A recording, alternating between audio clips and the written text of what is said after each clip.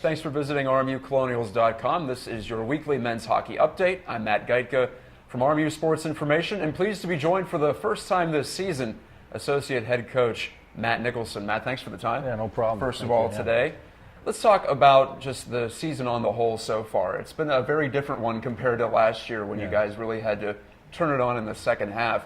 This year, a lot more consistent, a bit of a lull at the holiday break that time, but 8 games in a row without a loss, that's really created some separation.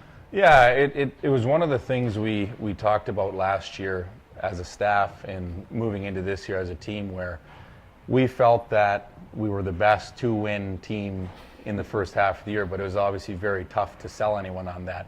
And I think you really saw the true Colonial program come alive in the second half, and we wanted to continue that momentum.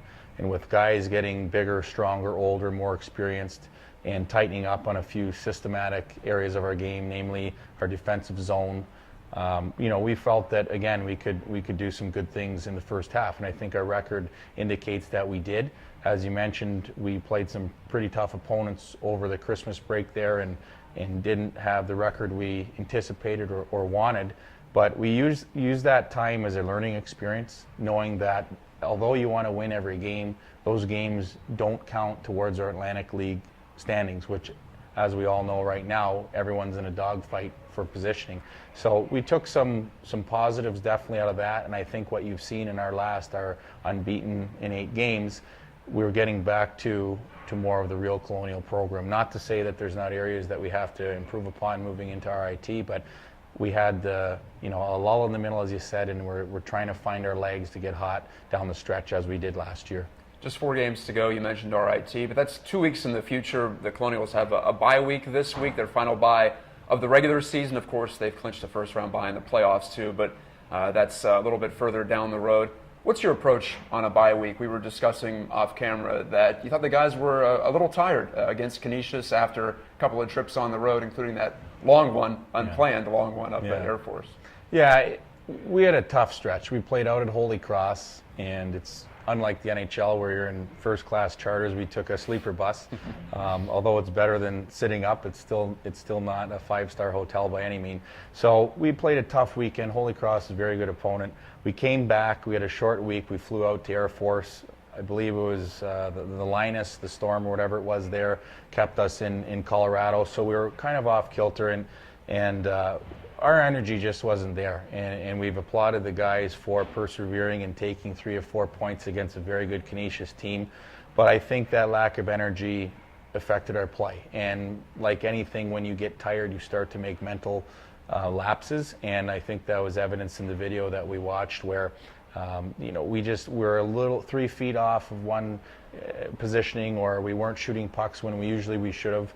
So getting back to the bye week, it's an off week to rejuvenate our energy, to get back to basics, but also we have to keep improving. And that's what we did today. We had a 45, 50 minute, we'll call it a flow practice. We were up and down the ice, a lot of passing, some skating, a lot of shots for the goaltenders.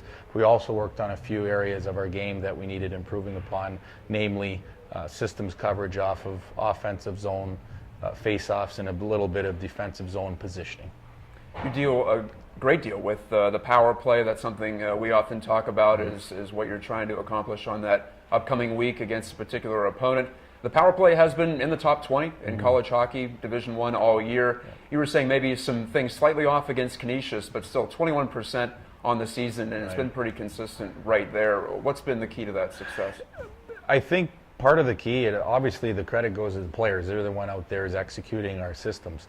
So we've done a great job with both units. By and large, one of the things that we learned from last year was that we didn't tinker with our units as much this year in terms of the actual structure. And as you mentioned, we've done a lot of good things. I mean, going into the weekend, I believe we're 10th overall, and I think 3rd in terms of total goals scored. And even though we squandered some chances and want to be better moving forward, compared to how we were against Canisius, we still came out of it. We're 13th and 5th overall in goals. So We're not worried. We just have to get back to what makes our system a strength, which is we have to own the face-off circle, which we didn't do this weekend, and we have to be more precise in the details, meaning with breakouts and positioning, and we have to get more shots. I don't think we generated enough shots, and Canisius, to their credit, did a great job of compacting the middle of the ice, which at sometimes you're just going to have to concede and get pucks on net and win those battles, and it's not always going to be pretty or by the book. So that's something that we're going to talk to the power play about moving forward. But we didn't do any this week. It was, as I said before, kind of a refresh, blank slate, and just let them get their energy systems and feeling good about themselves again, for sure. Something that occurred over the course of this 8-game unbeaten streak, the Colonials clinched their 5th consecutive season at 500 or better, and just one of those seasons at exact 500. So 4 out of 5 winning seasons. Right. You're 25-5, 17-3-4 in league. You're out there on the recruiting trail a lot. Mm-hmm. What kind of a difference does that make to say, hey, we've really strung together some quality years in a row? Right. I think anytime you have a positive record on that side of the ledger, it can't hurt you for sure. The biggest thing is teams know who we are now. And I always tell this story is that when I first came to the program 6 years ago and Mark and myself came in, oftentimes when we go talk to Matt Gajtka, the recruit, or a coach, the question would be, well, are you guys Division 1 or Division 3? And again, it's through no fault of their own. Maybe they're not as well versed as other people in Division 1 hockey, but now that question never comes across our plate, so to speak. And players know how we're doing, coaches know how we're doing, they're following us. I think the national exposure we got last year on with the NCAA tournament on national television was great, and what we're doing this year has definitely been a positive. And just like anything in life, people want to be a part of winning programs, and that's something that definitely we can sell now. And again, the credit goes to the players. They're executing the systems, and we've been able to bring in great character guys and very, very good players. Program is building. It's been a lot of fun for me to watch and for the fans to watch, I think, too. Yeah. So thanks for the time today. No problem. That's Matt Nicholson, Associate Head Coach of the RMU Colonials, his 6th year here in Moon Township. I'm Matt Gajtka. Keep it right here on RMUColonials.com.